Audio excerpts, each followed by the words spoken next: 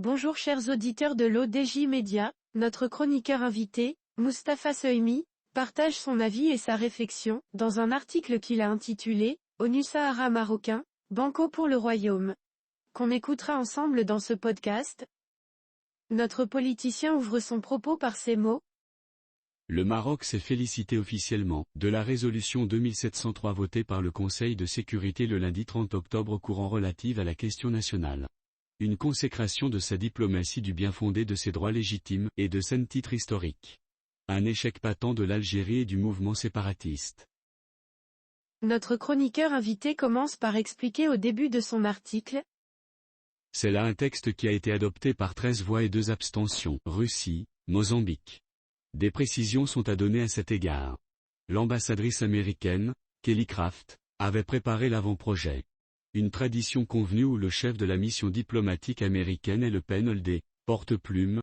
Il a en charge la base du rapport du secrétaire général de ONU rendu public le 3 octobre et du briefing de l'envoyé personnel de ce responsable onusien, Staffan de Mistura et du chef de MINURSO, Alexander Ivanko, en date du 16 octobre devant cette même haute instance onusienne.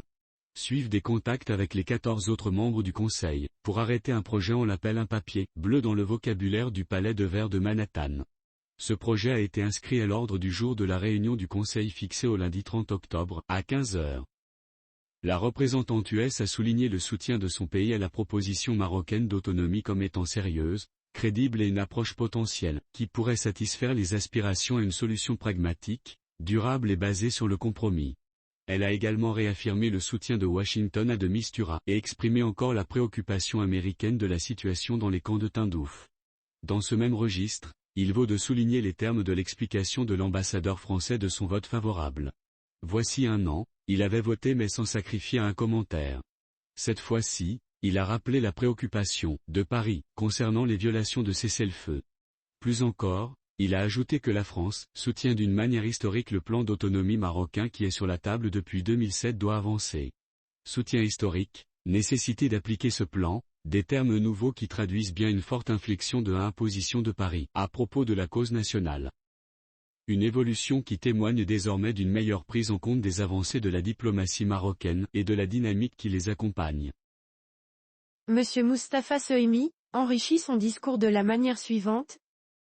Celle-ci est illustrée par la trentaine de consulats généraux ouverts à La Aïoun et Dakar par des pays africains, arabes et d'Amérique latine, mais aussi que 84% des 193 États membres de l'ONU favorables à l'initiative marocaine d'autonomie en date du 11 avril 2007 déposée au Conseil de sécurité. Le vote abstention de Moscou reprend celui d'octobre 2022 et même celui des années précédentes. Sauf qu'en 'espèce, le représentant russe a été plus activiste, il a récusé le projet de résolution déséquilibré. Il a aussi récusé le format des tables rondes avec les 4 parties, en proposant des négociations directes entre Rabat et le mouvement séparatiste. Nul doute que Rabat prendra en compte cette position dans la réévaluation des relations avec ce pays. Dans sa conférence de presse tenue le journal même, au siège des Nations Unies, un ambassadeur du Royaume, Omar Hilal, a mis en relief les fondamentaux de cette résolution. Pour ce qui est des projectiles sur Essemara, il y a à préciser ce qui suit.